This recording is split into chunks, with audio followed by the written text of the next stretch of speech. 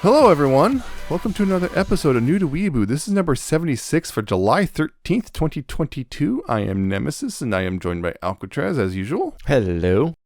Yeah, a couple things happened this couple weeks. A couple really weirdly big things. Yeah.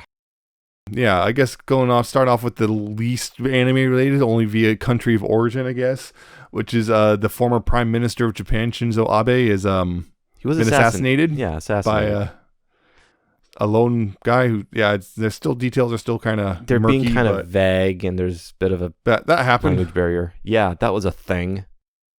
Oof. Yeah. On top of that, shortly before that, the Yu-Gi-Oh manga creator Kazuki Takahashi died because of a snorkeling accident. Oof. Funny enough, was also a very vocal critic of Shinzo Abe. So, yeah, that was just literally like days beforehand. And beyond that, moving on to, I guess, happier stuff. Happier things. Yeah. One thing, I guess, somewhat related to this episode that we're doing is actually Love Live Sunshine spin-off series has been announced for real. Way back, I think we talked about the April Fool's joke, but yeah, they're doing a spin-off called Genjutsu no Yohane, Sunshine in the Mirror. Yeah, that's Yohane actually real. Focused spin-off, fantasy spin-off of Sunshine, Love Live Sunshine. Yep. Granted, it's an anime, but the asterisk is, as people pointed out, the translating it, which is there's a chance it's not going to be a TV anime. It might look like, because the language they use, there's a very good chance it might actually be like a web thing or something, or even worse, like a motion comic, essentially. We don't know for sure, but they did announce it. They showed off a very short little PV thing.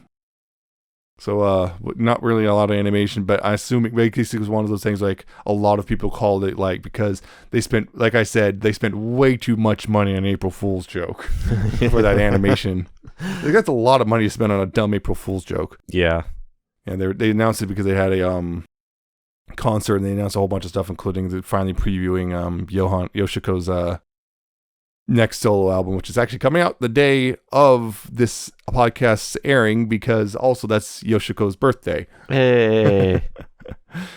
So yeah, lots of things there, because this is based on the manga they've been doing. So I actually need to check that out. I keep forgetting to look at it. Yeah, and you call yourself a Love Live fan. Well, it hasn't been officially translated, is the thing. Just learn Japanese faster. Yeah, just do it faster. Just do it faster. Yeah, because it's not like it's hard or anything. Yeah, and beyond that, there's also one other big announcement. I guess probably the one that made the internet just explode in joy, because at Anime Expo, they announced Panty and Stocking Season 2 by Studio Trigger. Yep. Yeah, that's finally after over a decade. Finally, I expect they're going to handle the cliffhanger at the end as just with like a solve in 2 minutes and then we'll move on or something like that. Or even just it was like, you just you don't even acknowledge the cliffhanger from the last season. I was hearing like the video announcing it. There was like one of those diced up reformed, and it was them both flipping the camera off. Yeah, but that doesn't necessarily mean anything. I know it doesn't really mean anything, but it's weird because what happened was Gainax owned it, but stuff happened with Gainax, which apparently made it so legally a lot of the people who worked at Gainax were able to get the rights to their shows they made back. So I know Studio Kara has the rights to Evangelion, for example. And I know apparently Studio Trigger, got their full rights to Panty and Stocking and Gurren Lagann. Which I don't know if they can do anything with that, considering how the story went, but who knows? It'd be interesting. So yeah, that's a big deal. Also, I guess speaking of Anime Expo, that happened. And, yikes! Was a nightmare if you were in the artist alley at all. I think it was a nightmare if you weren't. Yeah, well, but yeah, the artist alley was a pretty bad one. But that was the most nightmares. But apparently, they were supposed to have a full mask policy, even after they reverted from not enforcing masks and vaccinations. Then they weren't really enforcing it very well, and people were handing out vaccinated like wristbands to people who weren't. They weren't even checking. Yeah. They're doing that. The people, the artists were having to enforce their own. Like, if you're not masked, I'm not going to help you, serve you at all. They kind of screwed over the artists when it came to food. Like taking their food and air conditioning. Yeah, like didn't even have several artists actually passed out. Yeah, CO2 levels are just through the roof. Or actually, like 4,000 parts per million. Yeah, it was well up there, into the point of levels. Like, no, you shouldn't be doing this. Yeah, it was bad.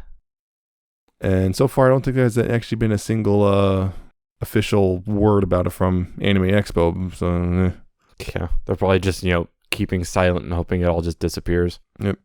Anyway, we're not here to talk about that. We are here to talk about, once again, Love Live, specifically Love Live Nijigasaki High School Idol Club Season 2. It's a really long title. Yeah. Which is why most people just say Nijigasaki Season 2. Yep. But anyway, yeah, is a continuation of Nijigasaki, which we talked about a while ago now. It's actually coming in a couple years. Because, it's usually how it is, but I know Superstar is actually getting a Season 2 very quickly. Because it's about to air shortly after we do this. Start airing. So, yeah. It has all the same, all the same characters from before. Ayumu, Setsuna, Ai, Rina, Kasumi, Shizuku, Kanata, Emma, and Karin.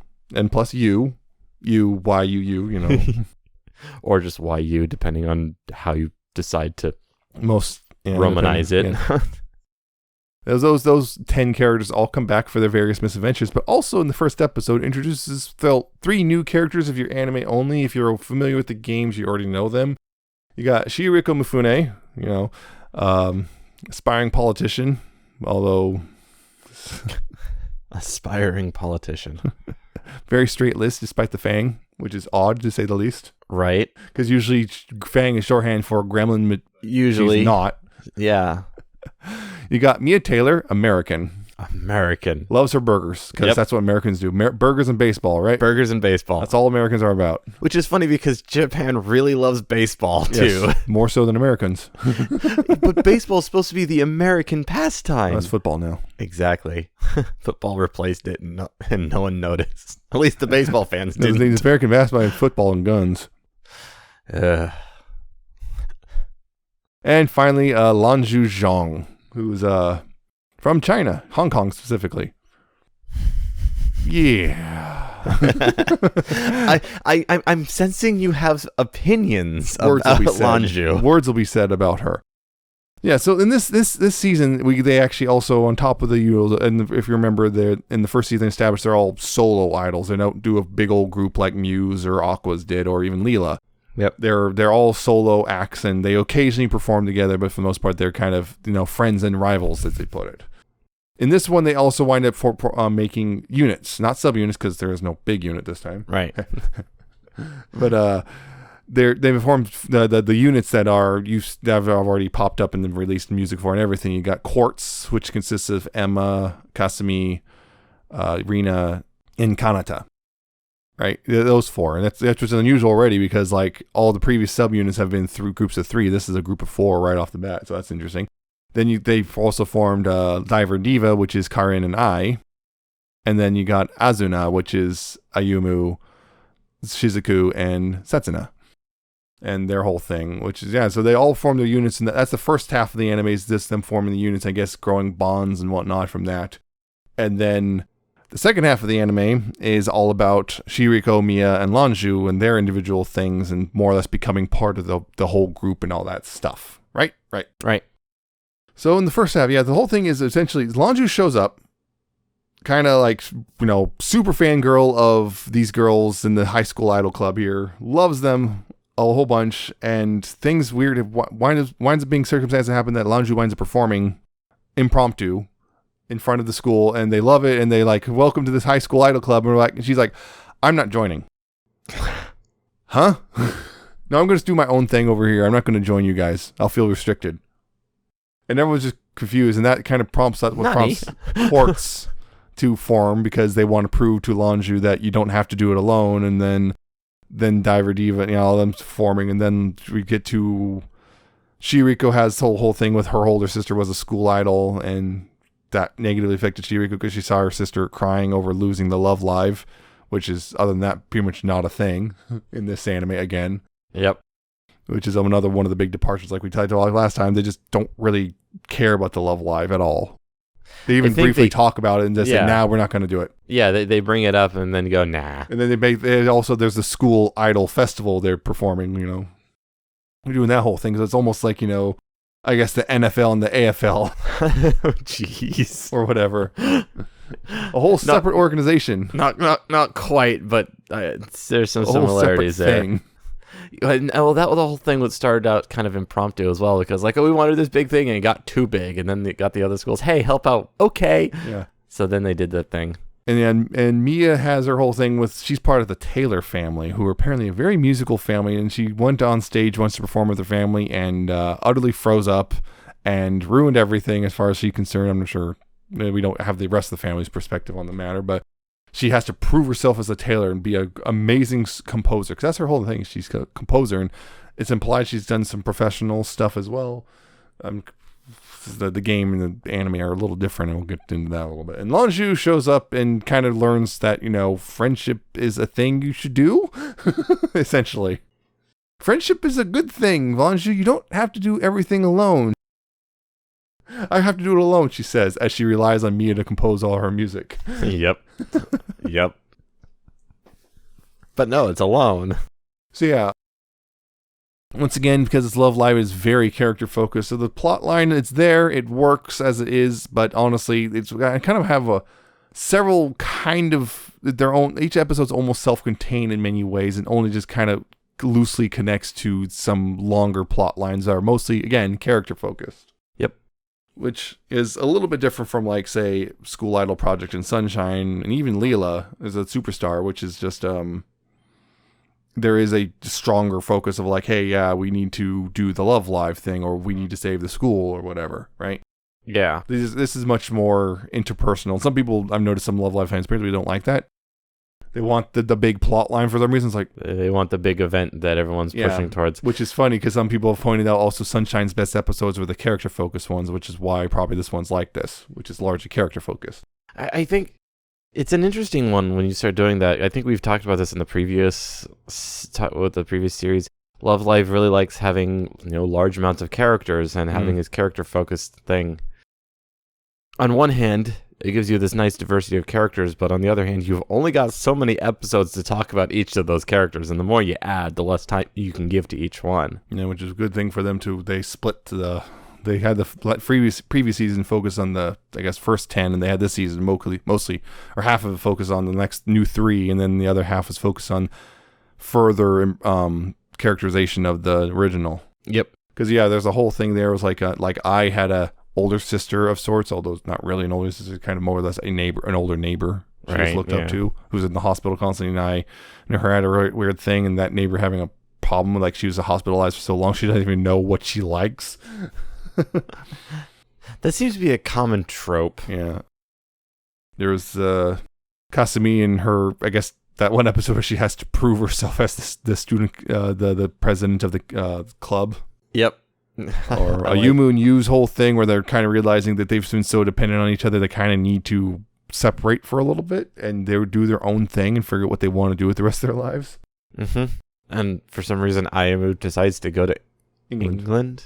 Because there was fans over there who just expressed that they really wanted to do this thing, which isn't really a thing over in England, and wanted help, and figured she'd help. So she went over to England for like a month or whatever it was. Yep, and you went off to this composers contest or whatnot. We had and there's Rina had the one scene where she had to perform without her mask, but that was just one part of the that was the thing. Scene. That wasn't a whole. Yeah, again, a lot of the characters didn't get a whole lot of that, or if they did get something, it was more or less, it was very interconnected stuff. Yeah, I think like you brought up earlier, it's one benefit. Since this is a season 2, they didn't have to spend all the establishment time on the majority of the characters. They could actually spend time doing other things. They also, what was interesting to me is also they very much started bringing in elements that are there in like other iterations of the characters, like the games and manga and whatnot.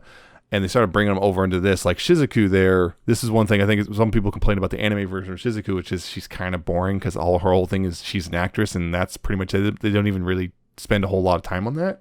Yeah. And this, what they do is they kind of show the whole thing like aspiring writer who also writes stories about her friends, which is very much a thing. Apparently in the other versions of Shizuku, kind of, it's like the Forcoma comics and whatnot, they kind of show she's a bit of the kind of, I guess, the Rico of the group. She's gays things up a bit.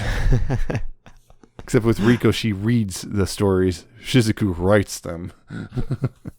including as we saw that's that kind of a Beauty and the Beast type of thing with a Yumu and Setsuna.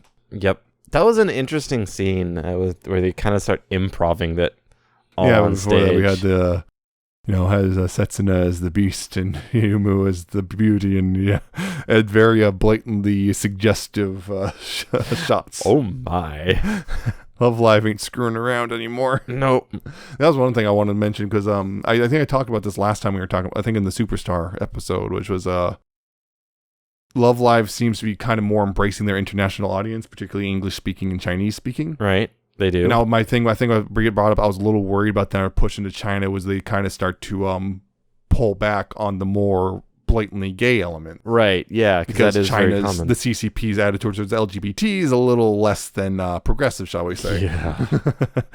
Understatement of the week. This anime here shows that no, they are not. They are not pulling back at all. In fact, they're going even harder on it. Still should just make them kiss. They're not going to, for various reasons. For various reasons, but the whole what's literally called Yuri business is a thing. Basically, they have to make it clear to the audience, because the weirdos in the audience who actually think of themselves in a relationship with these girls, and they can't have them show anything. But also, there's also that whole attitude in Japan of saying if it's two girls, it's not real. Right? Yeah, that's whole still thing. Somewhat prevalent, unfortunately. Didn't we talk about that in the last episode? Yes, we did a little bit. That's a whole thing in itself. But yeah, Shizuku just wrote stories about Yumu and Setsuna, and the funny thing was Shizuku was hanging out with Yu, and Yumu got worried and jealous, so she followed her, and then Setsuna stumbled upon it, and then they wound up all hanging out together, and then just you had that whole thing where it's like, I thought maybe you and Shizuku were on a date, and Yumu just freezes up right there, and even got a scene where it's like, they're in the roller coaster, Yumu's annoyed because it looks like one of them was like hanging on to Yu. And then later, Yumu was very happy when a Yu's clutching onto a Yumu for dear life. It's like, Yumu's very laser focused on Yu. So that's the sort of thing that's going on. And then you got the subunits. Yeah, like I said, the Quartz formed up, did a song. Yeah, there's of course new original songs because it's Love Live. Of course there is. Quartz had formed up and did a new song, and Diver Diva did their thing, and Azuna did their thing. Azuna. That's one thing that's interesting about Azuna is a lot of people were always worried about those three because it's like, kind of it feels like leftovers because like people have pointed out their voices don't match each other super well sometimes. Is it Pair of the Sparrows basically? It almost feels like that because it was just like a lot of people voted on the other one. This was a whole fan vote thing, and people voted on the other groups, and then these three wound up being left over and just kind of being in a group by default. So people were like, what are they going to do with these three? Because their styles don't even align at all. Like their usual music styles are like, how do we make this work? And they made it work. Heck, I mean, Yumu and Setsuna is a fairly popular ship, for example. Yeah. Really popular. Of course, also sometimes people throw Yu in the mix, but hey. So that's a fairly popular thing, so it clearly works on some level. Yeah, so you got that thing, and you got Quartz even, like the Quartz kind of tackled the whole, we're so used to being solo, how will we even work together? Because that was a big chunk of Quartz, because they had the whole thing where like the four of them were trying to like hang out like each other's houses to try to, get each other to be all in the same wavelength. They're struggling with that. Like they all wanted to do very much different things. And so that was kind of an interesting thing in its own right, because it's always been the thing about Nijigasaki compared to the other groups, which is they want to be their own. They're all solo. They're like, all the groups are like, we're all come together in this big old harmonious thing. And they're like, no, we're 9 separate voices, or now 12 separate voices. I mean, we all want to do our own thing, but at the same time, we want to help each other out when we need to. So that's interesting in its own right. But yeah, getting into the 3 new characters, I think specifically though, because they're the ones we need to really got the big focus. So they were actually introduced in the game quite a while ago now. Shizuku was first, so I guess we'll talk with her. Shizuku Mifune. In the game, she had shown up in season 1, more or less as a first year who challenged Nana Nakagawa, who remember is Setsuna's alter ego, or actual real self. I guess it's a weird thing. Setsuna's her stage name. Arguably, Setsuna is her real self. Nana is the mask she puts on. It's like Batman. Yeah. Batman disguises himself as Bruce Wayne. Right. That sort of thing. Nana is not who she really is. That's her the version she puts up for herself, mostly for her parents. But anyway, in the game, Nana was the student council president, and then Chihiriko shows up and goes, hey, I'm going to run for student council president, even though she's the first year, which is unusual in its own right. Usually first years don't get to be student council president. It's like, who are you? You just got here. You just got here, and you don't know anything about the school. What are you doing trying to be president already? Usually if you get a position in the council, it's usually as a secretary or treasurer or something. Yeah.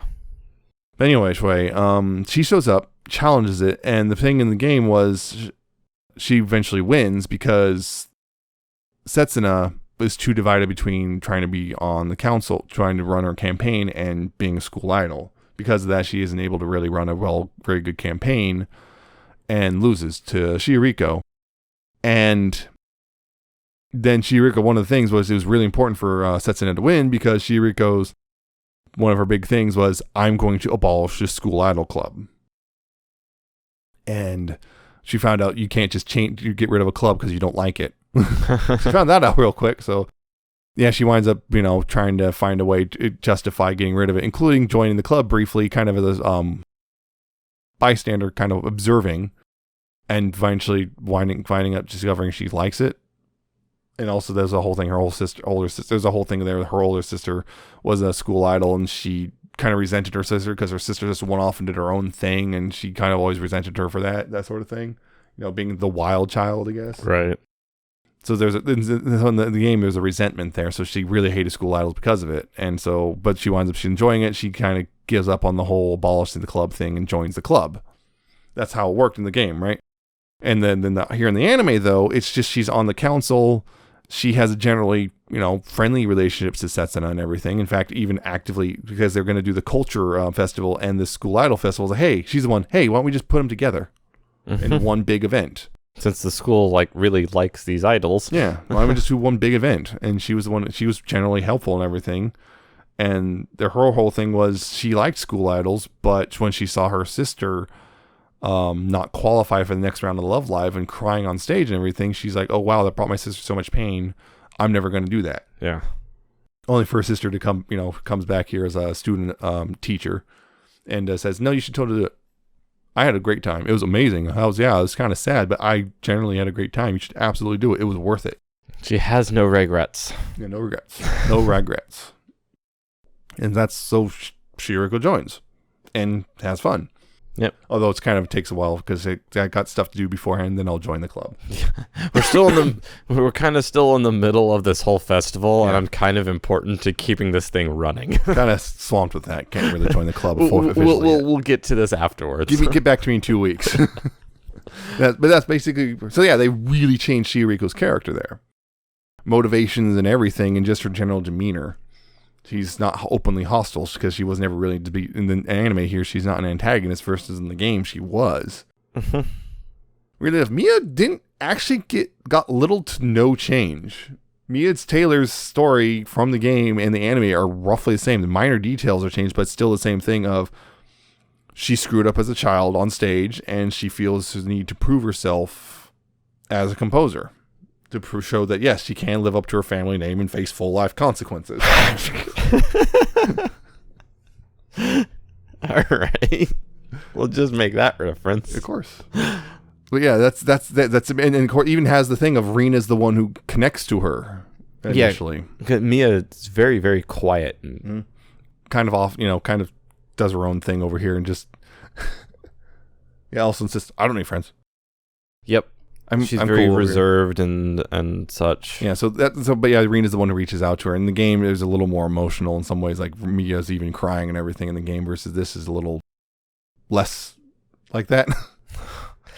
So yeah, little minor things like that, including, I think one big change is in the game it had as Mia's writing these really popular constantly chart-topping songs. They're probably popular. Their whole methodology was she admitted to, I just look at what's popular and write that. Which that's usually works, how Top 40 is written. There's a whole theme there in the game about the whole you're just doing what's popular, not what's you're not really writing from the heart. Yeah. So that's the whole thing. So it's basically funnily enough, the kind of almost not quite saying it, but almost kind of an accusation of corporate soullessness, which is really rich coming from Love Live. Yeah. Granted, I'm not saying the songs bad. I actually genuinely like the grand majority of the songs from Love Live, but it's just kind of funny. Yeah. I wouldn't say all of them are pop for sure. Not all of them are, but they're definitely very much amount. made, kind of a corporate, sterile environment of sorts. Yep. Although again, sometimes they do let the writers and musicians go off and do their thing, so that's good. But anyway, you got that going on. It's just Mila's more or less unchanged. Even including the gratuitous English. That's one thing about Mila. It's really like she's an American, and they got a bilingual voice actress. Yep. To play her instead of having someone who doesn't speak doesn't speak English, American. Yeah. Because very very common they get someone who can't speak any English and just have them try and recite stuff, and it's like it sounds pretty obvious. Played by Uchida Shu. She is bilingual. The funny thing is, English was her first language, even though she's Japanese, because she moved to Australia when she was 2. She grew up speaking English, and then learned Japanese at an older. She went to Japan, and I believe that is the thing. I believe that was the case. But anyway, she grew up in Australia, so she speaks fluent English, which is great because in American character. The funny thing, though, is occasionally it's pretty obvious if you speak English, she speaks with an Australian accent, and she's supposed to be like from Brooklyn. Very different accents. Yeah, but that's also one of those things like it's so hard for us non-native Japanese speakers to identify bad Japanese or the different Japanese accents. Yep. So it probably works the other way as well. Yep. How many non-English speakers are going to be able to identify bad English and incorrect English accents? Yeah, there's a go. Oh, that's English, and that's it. Yep, it's the same way we'll go. Yeah, if they're speaking Japanese, and we can't tell if is that a Kansai accent or a Tokyo accent or whatever the case may be. Yeah. So that's the thing. Is like unlike say a Marie's voice actress. Marie Seiyu, who clearly does not speak English, but she does, and clearly. Only thing I would say sometimes it's kind of clear she can't really act super well in English. Yeah, that is a tough one because you're so used to speaking your language and acting in your language, and also you get this extra like, oh, I've got to figure out how to actually say these words that I don't understand well. Well, the problem here is possibly she's got not great voice direction. That too. Hey, the voice director don't speak English. Hard to direct someone when you don't know what they're saying. Yeah. So sometimes but yeah, she just kind of sprinkles in English words and phrases throughout her thing. Which is interesting in its own right, but also funny enough in the game she curses quite a bit, which is funny. Because it's like you just hear a clear curse word and they translate in the text very differently. It's like, that's not what she said. That's not what she said at all. Try again. So it's funny. It really comes through if you play the game. In the All-Stars game, the opening title thing, they'll have a random character say the name of the game with her. She says it in perfect English in an Australian accent.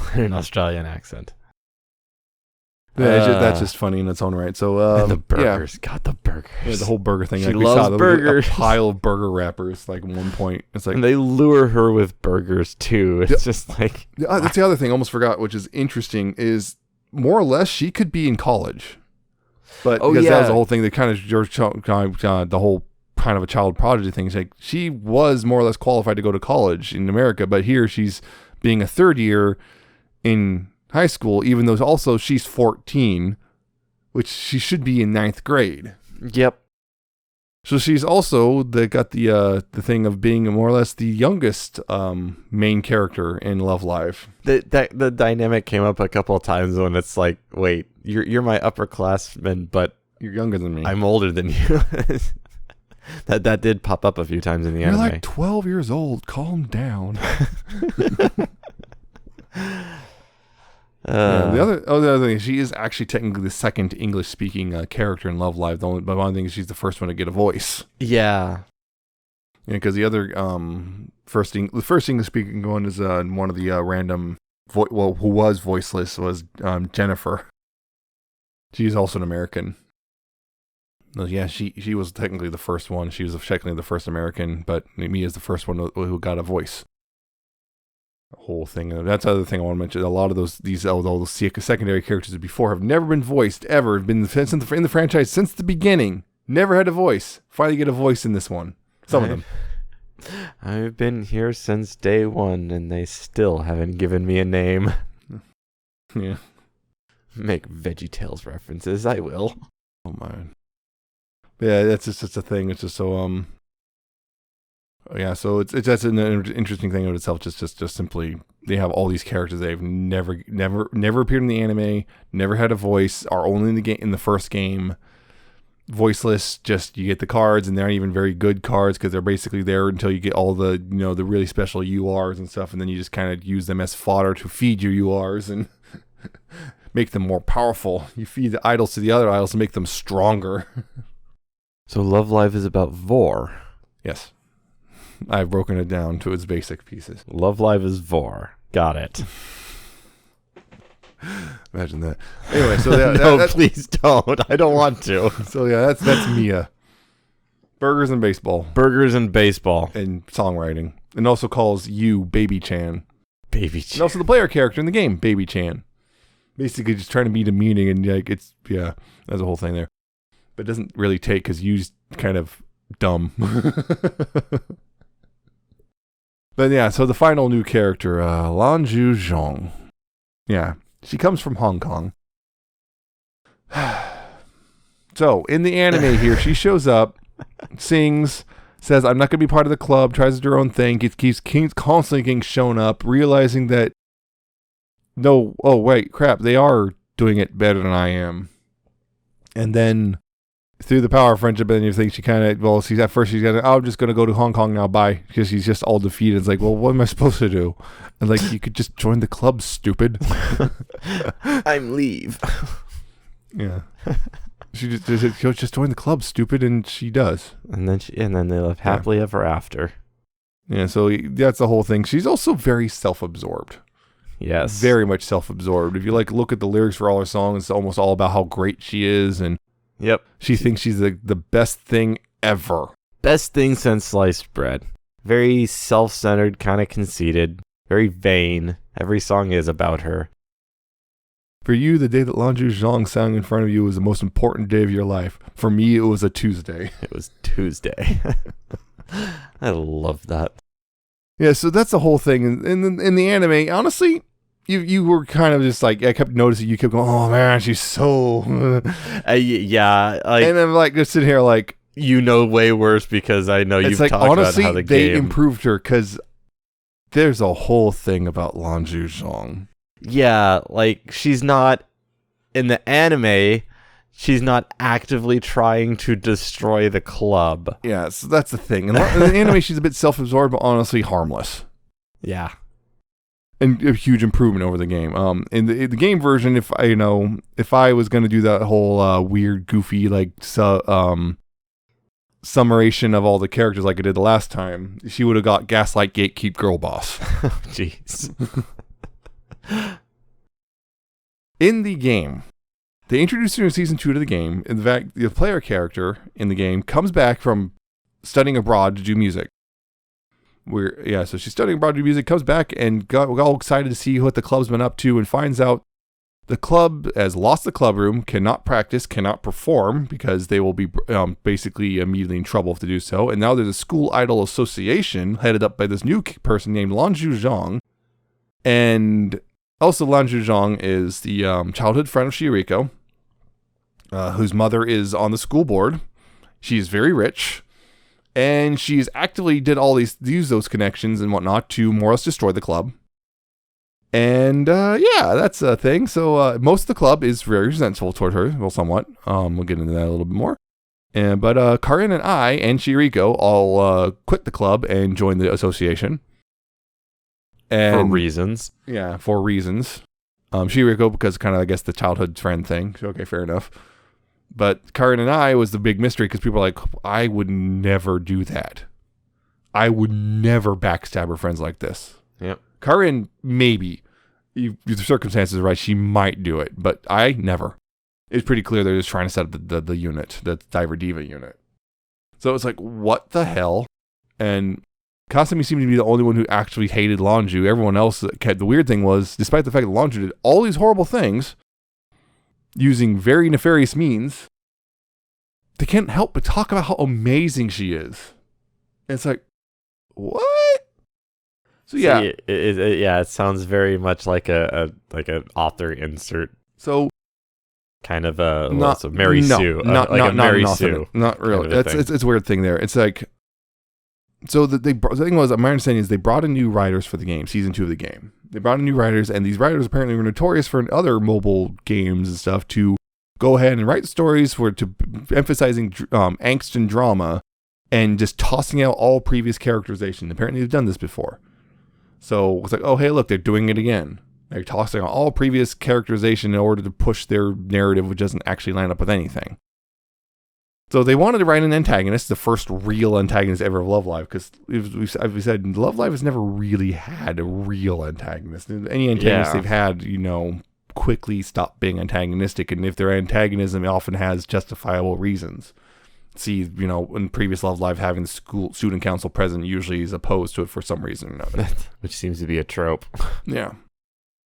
Here, they wanted to actually make his true antagonist, someone who's actively destroying the club.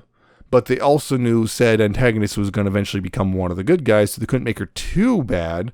So rather than, doing that right, they just kind of make it, she sees horrible things and everyone just keeps talking about how amazing she is, because they wanted to make sure you still liked her in the end. That backfired real hard.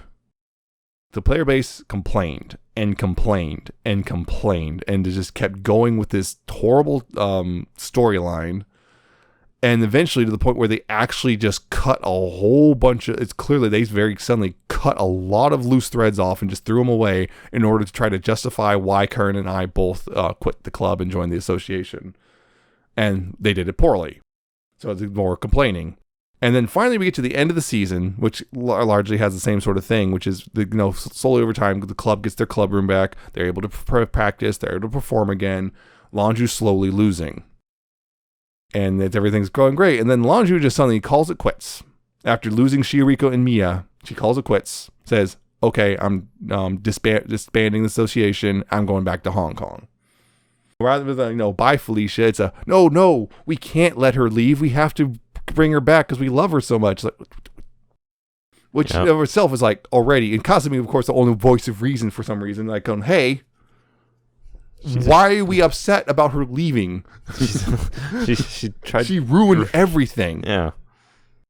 And then we find out why Lanju did what she did, which was she wanted to make friends, which is like, oh, that's not how you do it. Excuse me? So you just came in and destroyed everything because you want to make friends. How are you bad at this? And then on top of that, we find the reason why she has a hard time making friends, because every single time she starts to connect to someone, she starts doing the stuff they like, and then she just does it all better. Literally, and then they get all distant from her. And literally they did it. Literally her reason was, I'm too perfect. Yep. They did that unironically, without any sort of hint of irony or sarcasm or anything. They just unironically did, she's literally too perfect.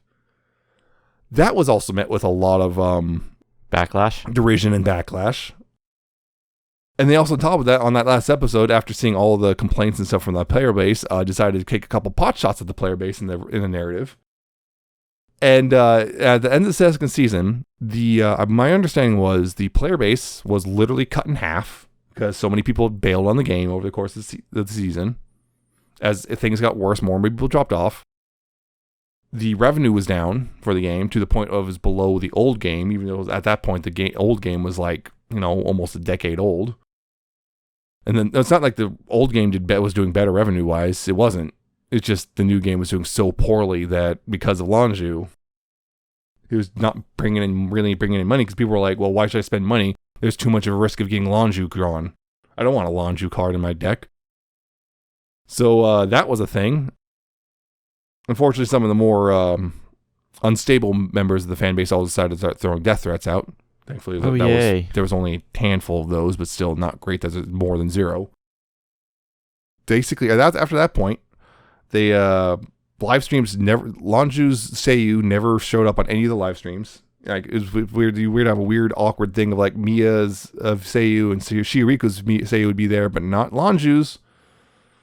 That was that for a while. Lanju got shoved into the background of a lot of the storyline stuff in the game, just basically only occasionally just making random remarks, but other than that, like not being important at all.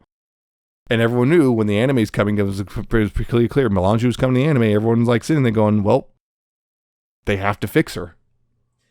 They have no choice but to fix her. And did they? Arguably, yes. Yeah. I don't mind her now, at least in the anime. But man, in the game, she was terrible. Like, it's like, this is the first time I've ever hated a Love Live character. Like, this is weird. Like, I've been had other characters, like, I'm kind of ambivalent towards whatever. It's not that bad, it's not that interesting to me, personally. But right. Everyone's going to have their favorites and such, but to have one that's actively derided. It's weird. For a show that's known for everything being sunshine and rainbows. Yeah, so it's lots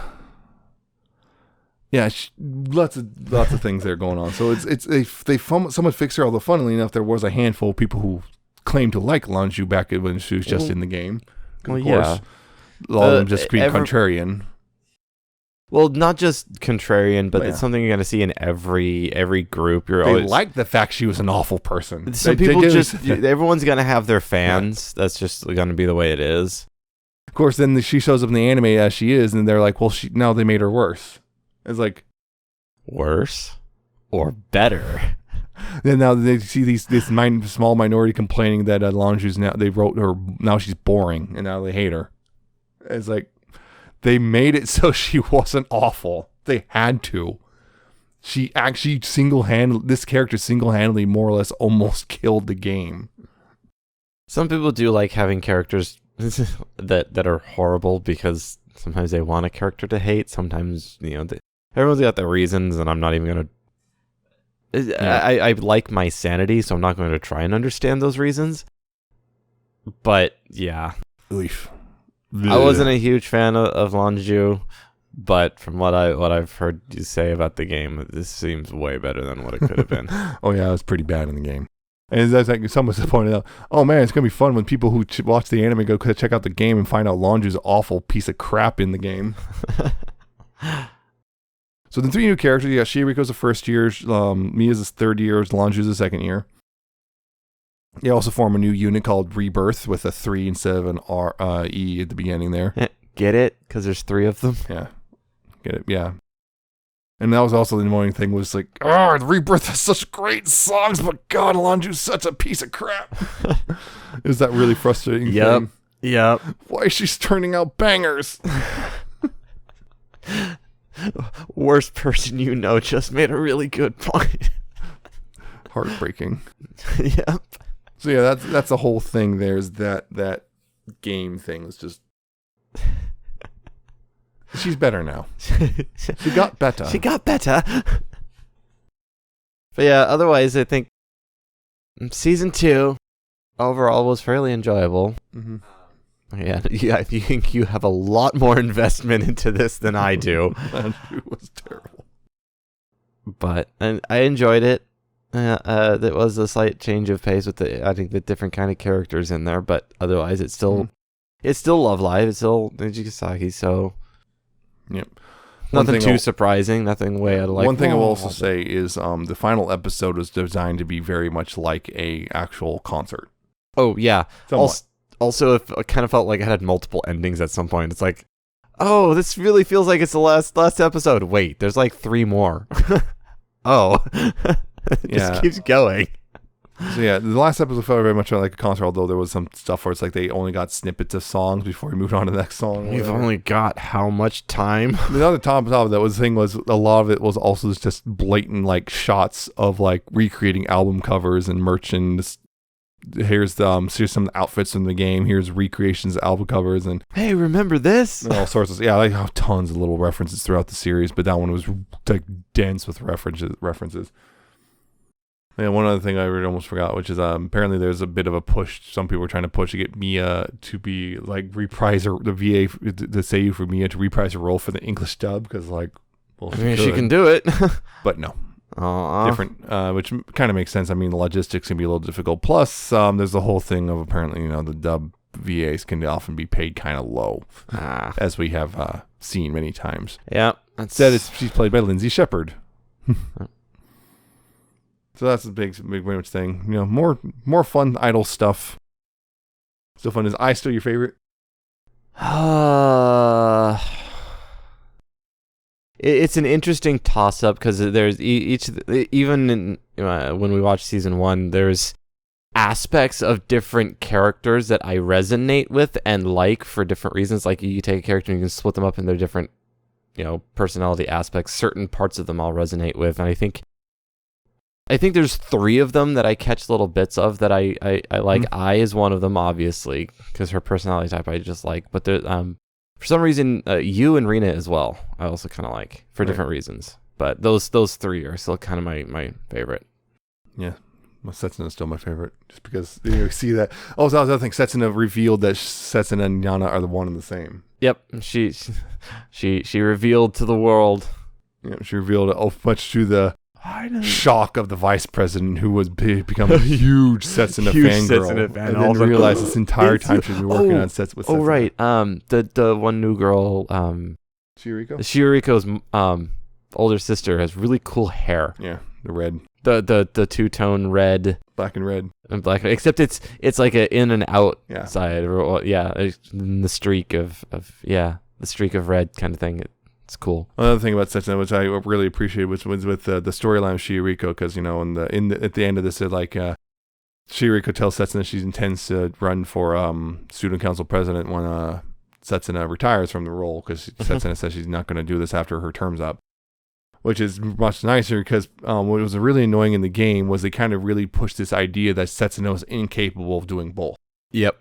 Whereas in this, it shows that no, Setsuna is very much capable of doing both, and doing both very well. And she just decided she didn't want to anymore. She was just kind of like, okay, I've done what I've wanted to do, so I'm done now. So my job here is done. So most people really like that much better, because it was just so weird this whole idea that this whole arc in the game was like, Setsuna can't do both, which is like, Ellie did both, Daya did both, Ren did both, why can't Setsuna? And it's like, yeah, you're right, Setsuna can do both. So that was very nice that was a very nice change right there. And that was another thing, is Lanju's technically trilingual, I guess. I forgot. I hear somewhere that's tetralingual, because I guess it depends on if you want to talk about a Mandarin and Cantonese. Yeah, she can speak both of those and Japanese, and she sprinkles those into her songs. And So anyway, I guess that's it for this one. Very fun anime, honestly. Still good, and I'm wondering about this, because so far the pattern has been 2 seasons in a movie. Are we going to get a movie? Get a movie? 3rd season? What's going on here? Movie? Because that's another thing, is they didn't really end with the whole, graduation thing they often do in the 2nd season. The whole, the 3rd years of graduating, all that crap, and they didn't do it this time, so it's kind of interesting. I'm not sure how they're going to pull it off, because a large chunk of the anime clearly starts taking place in the, the end of the anime is taking place in December, January time frame, which is getting kind of close to graduation time. Yeah, and this one has it different, because I'm trying to remember if Sunshine or the other ones, because I know one of the big ones with Muse was, we're 3rd years are graduating, are we going to continue the group? Is always a question. With this one, they kind of don't have that problem, because there is no big group. They can just keep the club going. The question would be, do I continue this career, or do I move on with something else? Yeah. Because like Setsuna, I could easily imagine going full-blown professional idol if she really wants to. Yep. Versus Curran, probably going to just be a model like she has been. And Shizuku being an actress and so on and so forth. But yeah. Yu's going to pursue her composer. Yeah, so on and so forth. We're trying to see some of the groundwork being laid down, but beyond that, we're not really seeing anything beyond, So, yep. Fun times. And I'm also looking forward to seeing more of Superstar, because they're adding 4 characters to that one. Oh, jeez. So many characters, I can't keep track of them all. There's not enough space available in my brain for that many characters at once. I can't juggle that many. Then perish. My brain's juggling everything else constantly. I can't add that many characters. Well, anyway, Troy. I hope you enjoyed this. If you did, you can check out past and future episodes at newtoweeaboo.libsyn.com. It's spelled Libsyn. New episodes will show up there as they come out. You can also subscribe to our RSS feed there, and also subscribe, you can, if you want to, via Apple Podcasts, Google Podcasts, Spotify, YouTube, or Amazon Podcasts. Search for New to Weeaboo in any of those if you want, or click the buttons at the top, except for Amazon, and subscribe those ways. if you like. And of course, you can contact us via email, newtoweeboo@gmail.com, if you have questions or anime recommendations or questions, comments, Words. anime recommendations, criticism, whatever. You can do that there. You can follow us on Twitter at newtoweeboo if you want. See new episodes that come out. Sometimes retweets or whatever. Like, we retweeted the whole Pantene stocking thing, and so on and so forth. Etc. Our personal Twitters are I'm at Nemesis Prime 1 and he's at Alcatraz717 and an underscore at the end. And that will draw this episode to a close. Tune in next time. We'll be returning to Spy Family. Yes, I finally got to get through that and finish it up. We're going to do that. We're going to do that whole thing because it just wrapped up its first part of season. Yes, it's coming back in the winter. So, let's go ahead and split this one apart a little bit. Make it a little easier on ourselves. Also, we get to talk about Spy Families more.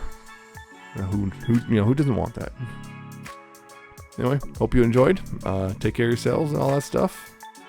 And we shall see you next time. See ya. Goodbye.